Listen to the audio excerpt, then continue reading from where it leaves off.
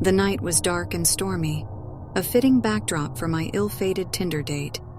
His name was Ethan, and his profile had promised an adventurous night out. My curiosity outweighed my apprehension as I headed to the rendezvous point, a remote, old-fashioned inn nestled deep within the woods. Rain pounded on the windshield as I parked my car near the inn. Its time-worn facade exuded an eerie charm, the windows glowing dimly against the encroaching darkness. My heart raced with a blend of excitement and trepidation as I stepped out and headed inside. The creak of the door echoed through the lobby as I entered. The inn was cozy but seemed to carry the weight of its age, the air thick with a sense of history and secrets long buried. A lone figure sat at the bar, his back turned toward me. The flickering candlelight played tricks on my eyes, making his silhouette dance like a ghost. "Ethan?" I called out tentatively. He turned, and I was met with a charming smile that put me at ease. Ethan was handsome, with a rugged allure that spoke of untamed adventures. "You must be Lily," he said, his voice a velvet whisper that sent shivers down my spine. Our conversation flowed effortlessly, and the connection was immediate. Ethan's stories of far-off places and thrilling escapades held me captive, his words weaving a tapestry of excitement and intrigue. As the night wore on, the storm outside intensified, the rain hammering against the windows like 1,000 ghostly fingers. "Ever explored an old place in the dark?" Ethan asked, his eyes glinting with mischief. "This inn has a history, you know. They say it's haunted." Curiosity got the better of me. The combination of the storm, Ethan's enigmatic demeanor, and the allure of the unknown was too much to resist. "Lead the way," I said with a grin. We ventured through dimly lit corridors, the floorboards groaning beneath our steps. Ethan's flashlight cut through the darkness, casting eerie shadows on the peeling wallpaper. The inn seemed to hold its breath, as if waiting for us to uncover its secrets. Finally, we reached a room that felt colder than the rest. Ethan opened the door, revealing a room frozen in time. Antique furniture gathered dust in the corners, and an old cracked mirror hung on the wall like a portal to the past. The air was heavy, charged with an unsettling energy.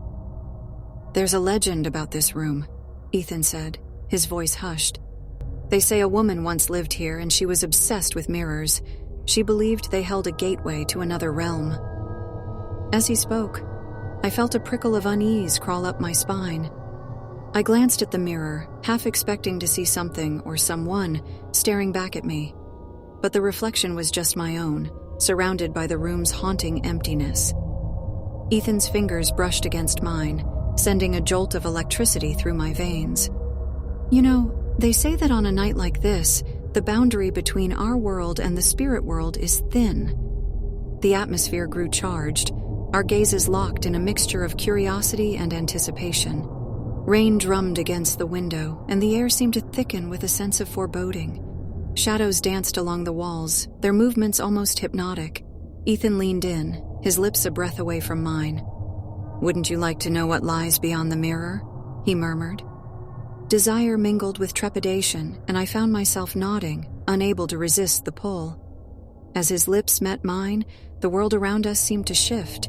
The room blurred, and for a moment, I felt weightless, as if caught between reality and a realm beyond.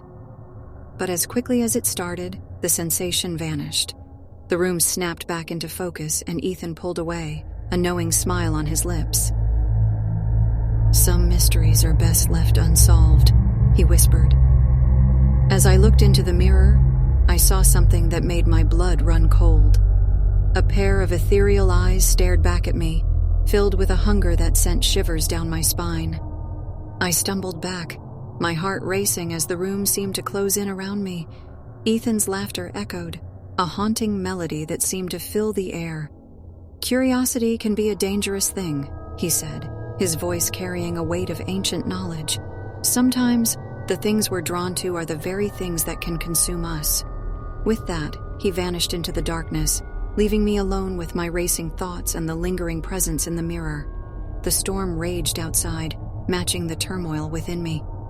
As I left the room, I couldn't shake the feeling that I'd danced too close to the edge of something dark and unknowable, a realm where curiosity and desire could become a twisted trap, forever entangling me in shadows. Subscribe for more haunted stories.